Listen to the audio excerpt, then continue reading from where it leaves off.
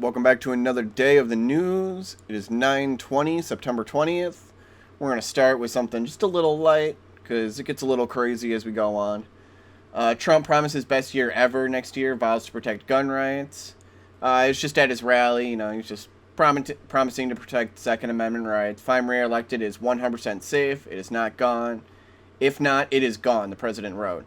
And 96% in the Republican Party save your Second Amendment, he said in another posting, referring to a Rasmussen report poll from last Friday that showed his approval rating at 53%. In August, 1.4 million jobs were added, lowering the unemployment rate at 1.8 percent points to 8.4%. The jobless rate reached to a high of 14.7% in April because of the economic wreckage of the coronavirus pandemic. So we're making pretty good strides on coming back, and I guarantee this percentage would be a lot better if the Democrats opened up, sooner and more.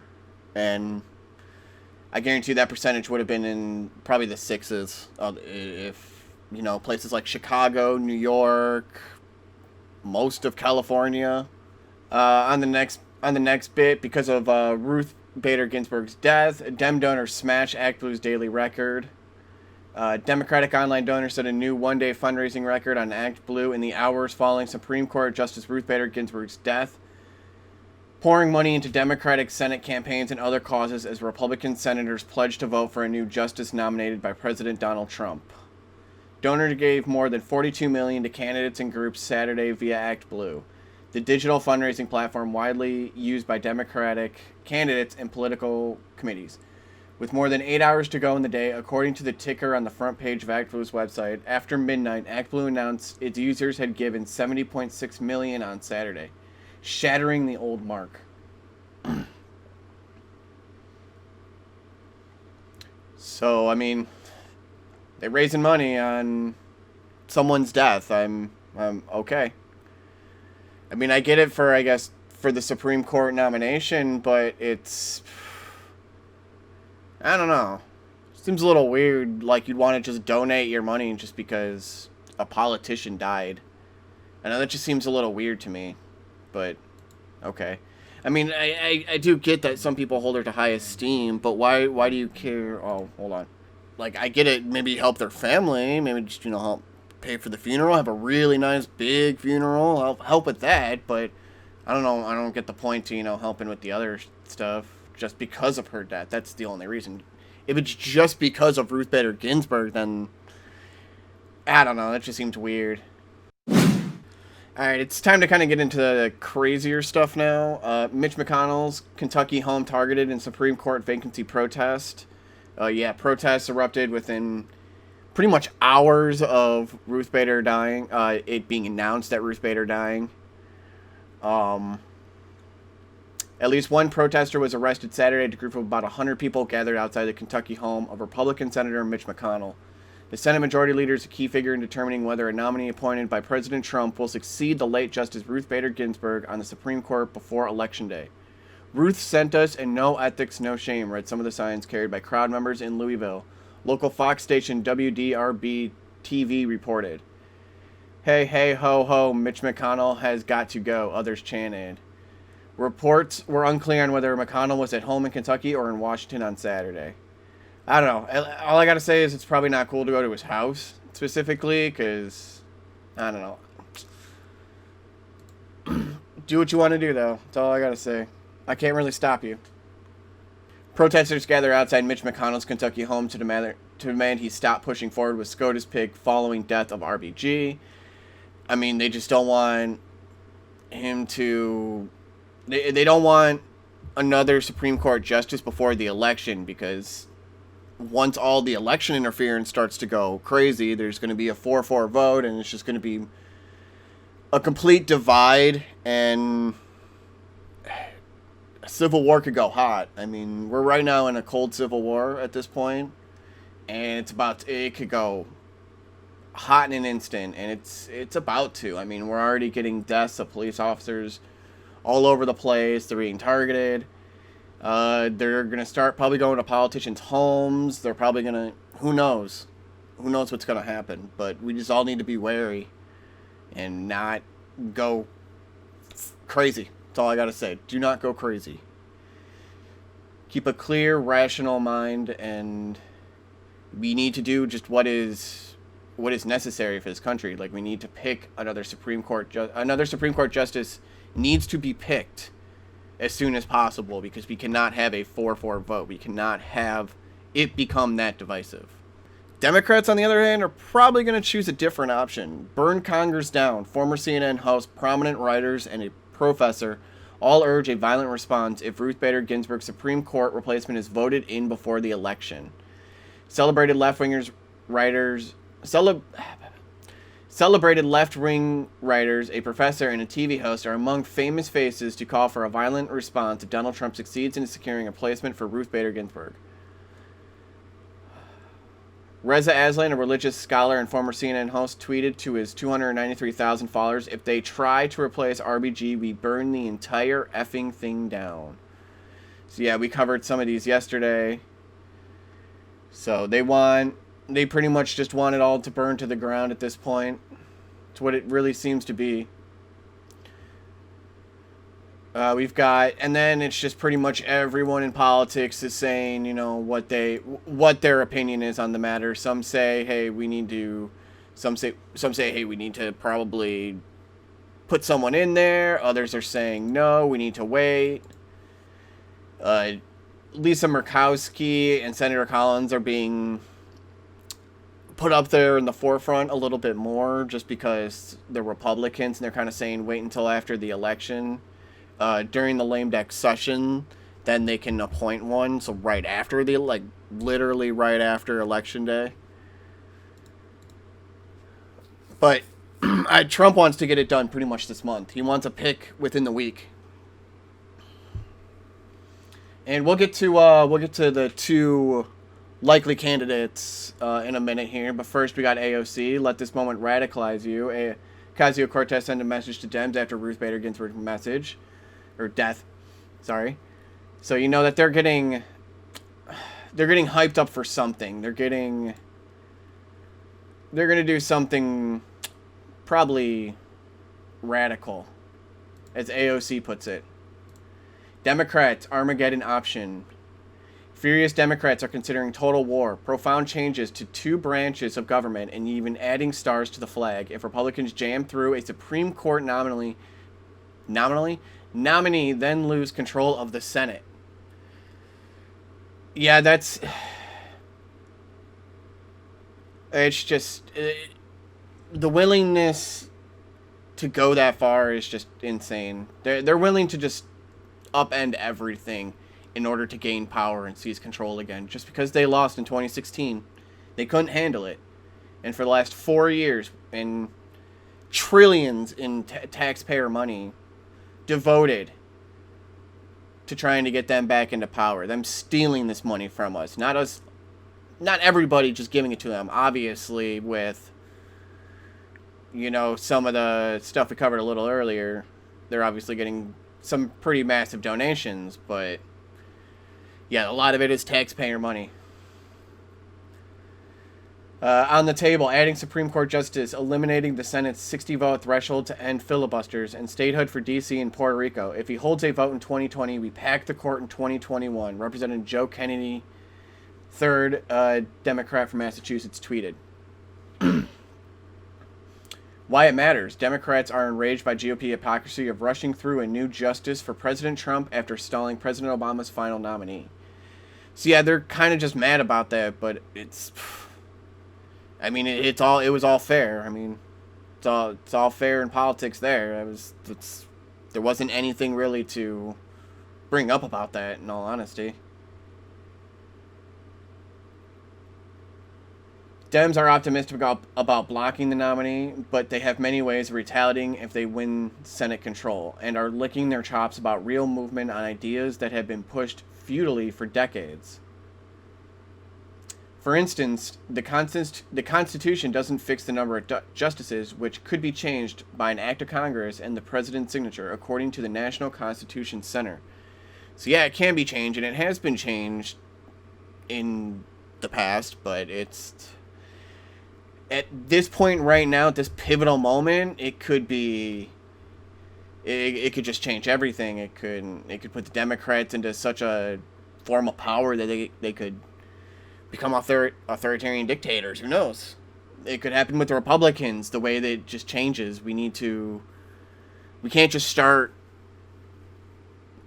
crazily changing all bills and laws and just for an ideology that, in my opinion here, is just racist beyond belief and just wants control more than anything. Just wants to stay in power. So, the Democrats got their options here. Pelosi on using impeachment to stop SCOTUS nomination. We have arrows in our quiver. House Speaker Nancy Pelosi said on Sunday's broadcast of ABC's This Week that Democratic lawmakers have arrows in our quiver when asked if impeachment was a possibility to stop a lame duck Supreme Court nomination should President Donald Trump lose the White House in November and the vacancy following the passing of Justice Ruth Bader Ginsburg has not been filled. So, if Trump loses the election, they will try to impeach him so that way he cannot appoint a Supreme Court justice after the elections, whenever they call it, because we don't even know when they're going to call it. We already know that it's going to extend at least 3 to 4 weeks after the election day. So we're not going to know on election day. They're gonna call somebody, and then there's going to be a bunch of mail-in ballots come in, and we're not going to really know until they just say, "Oh yeah, he actually won. Yeah." But it's going to be called for Trump early on, and then there's going to be like, "Yeah, Biden got it. Yeah." So, and then it's just going to cause more conflict, and who knows what'll come of it. Who knows what kind of... There could be violence. There's already calls to violence, as you see here. They're already willing to just burn it all down. I mean, say, Pelosi says Democrats will use every arrow in our quiver to block Trump's Supreme Court nominee. Just another article. So we got from the Daily Caller as well. Democrats threaten to pack court if Republicans vote on Ginsburg replacement this year. Democrats are threatening to pack the Supreme Court if Republicans fill the vacancy left by liberal Supreme Court Justice Ruth Bader Ginsburg's death on Friday. They'll try to do anything. I guarantee it. They'll cut states in half. They'll do whatever they want. And it's all to gain power back because they're not the top dogs anymore, and that's what they want. That's all they want.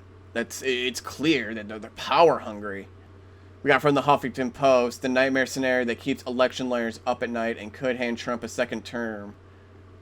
Americans with almost certainly go to bed on November 3rd without knowing who won the presidential election. Since millions of people will vote by mail, constraints on time and resources will slow ballot counting into potentially a weeks-long process, even to months, considering they want to, in order to try to have these mail-in ballots legitimate, if the signatures aren't quite correct, they would have to then verify it by sending it back to that person, which could take a month just to get back to them, 2 to 3, 4 weeks just to get back to them, and then 2 to 3, 4 weeks just to get back to there. So you're talking about a month, 2 months, who knows, by the time these mail-in ballots are finally brought forth and finally fully counted.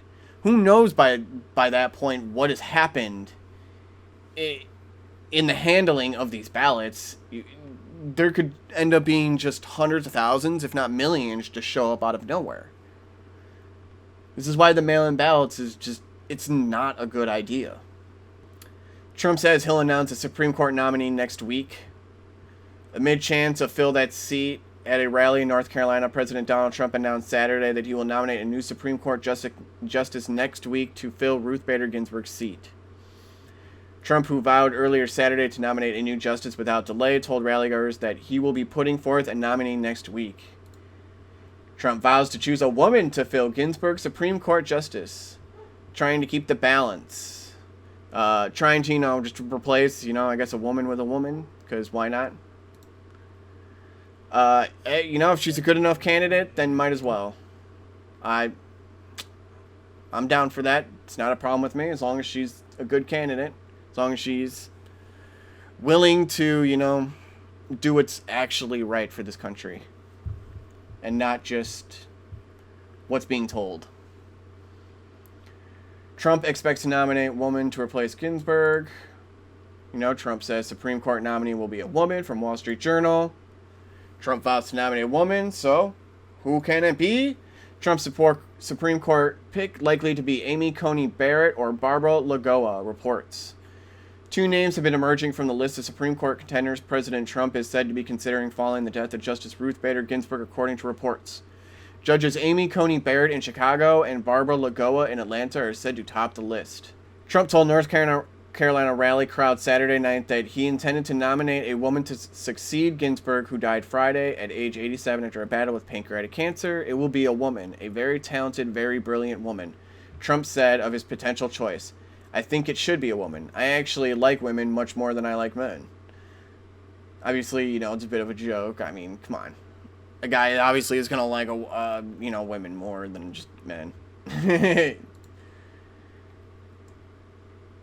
Trump's Supreme Court frontrunner is a mother of 7 who adopted 2 children from Haiti and belongs to a Christian sect that inspired The Handmaid's Tale, and a Cuban American whose father was stopped from becoming a lawyer by Castro.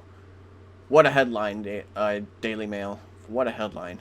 President Trump announced Saturday night that the Supreme Court nominee plans to announce next week to fill a vacancy, blah, blah, will be a woman. So it's just speculation right now. It's going to either be Amy Coney Barrett, as we had talked about yesterday, or Barbara Lagoa.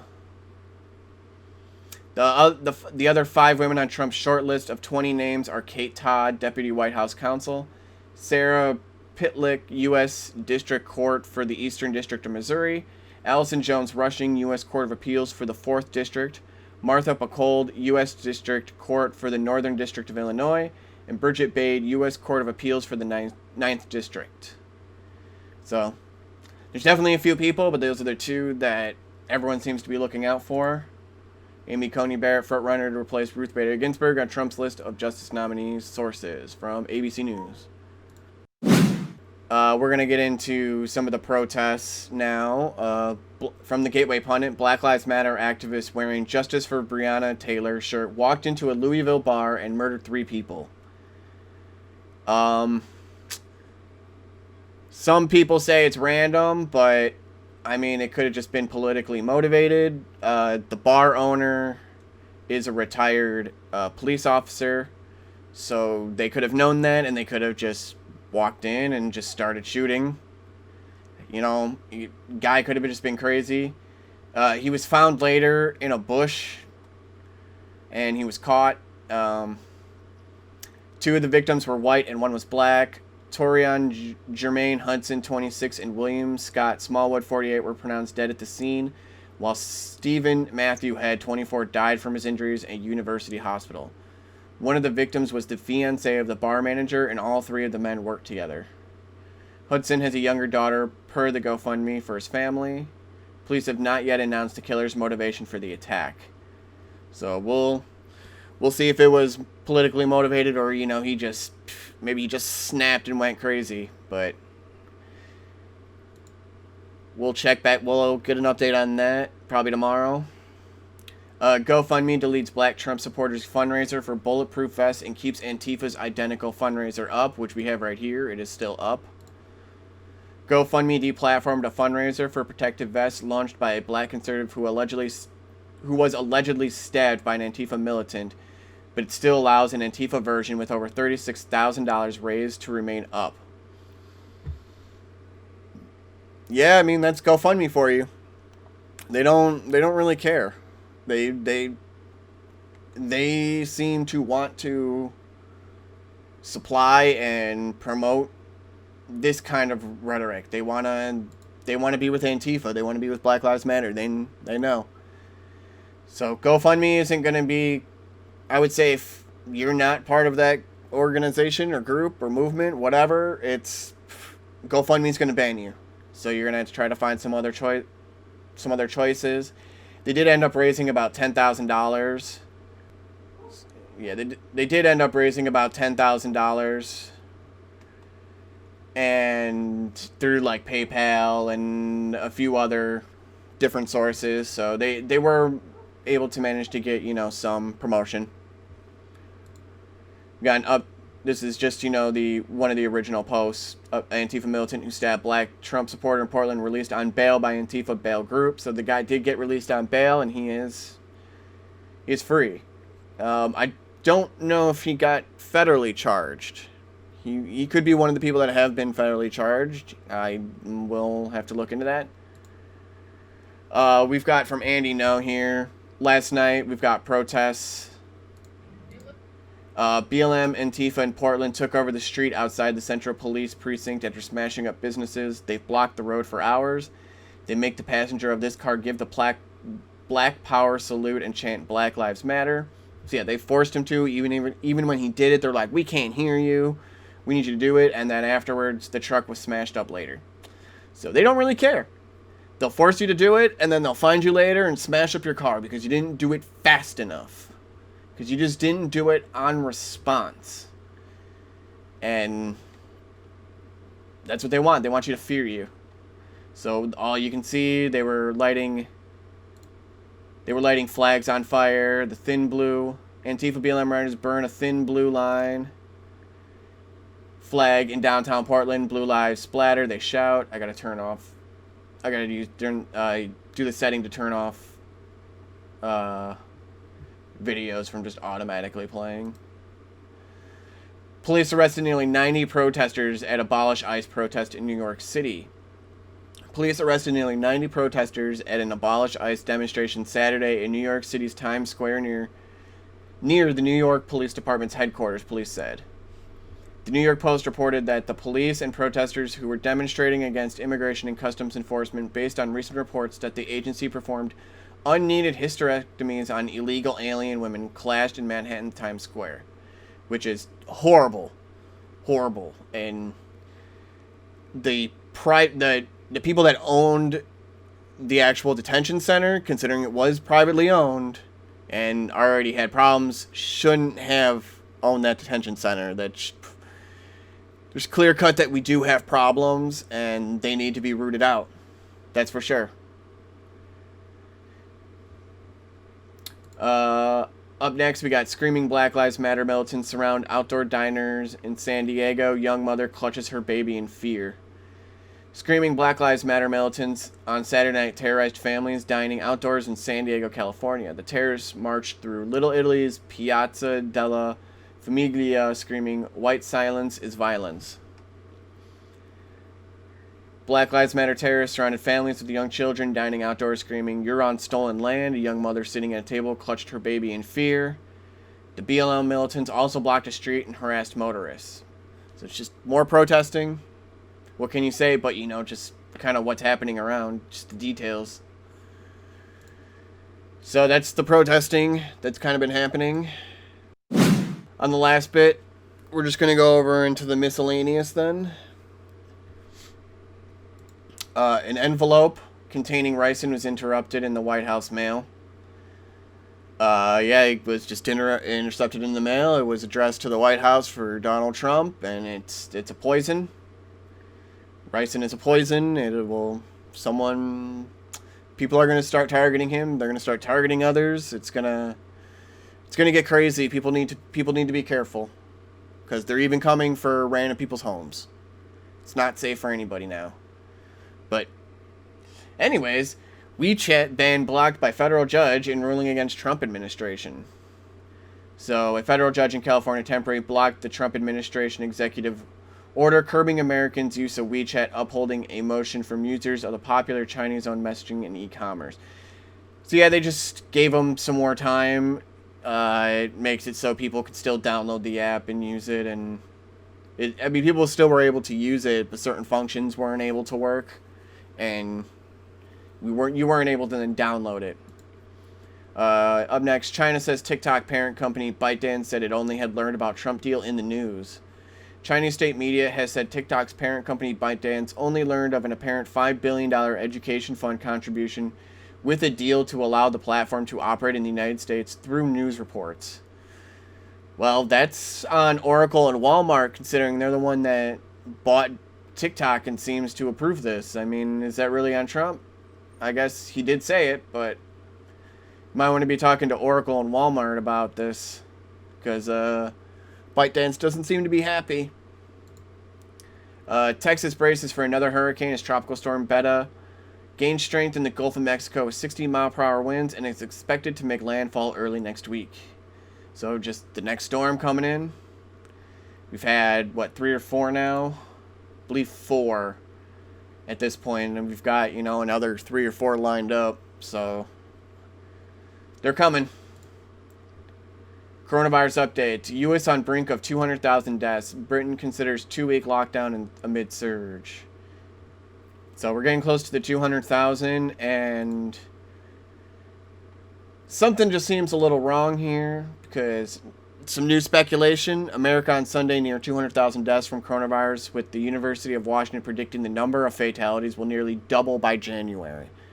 So I guess somehow in the next 3 months, we're going to know it's going to somehow double. Yeah, I mean, I don't quite buy it, especially since a lot of cases are going down. I mean, yeah, I don't really buy it here. Come on. If it does start to come back up, then, you know, I'm going to have some hard speculation on all of this, as I even did the first time it came around. But yeah, I think if a second wave comes around, I don't think they can hide it as well as they were able to this time. And even this time, it wasn't great. Well, that's the news today. It's the daily news coverage. It's New Truth News. Signing out.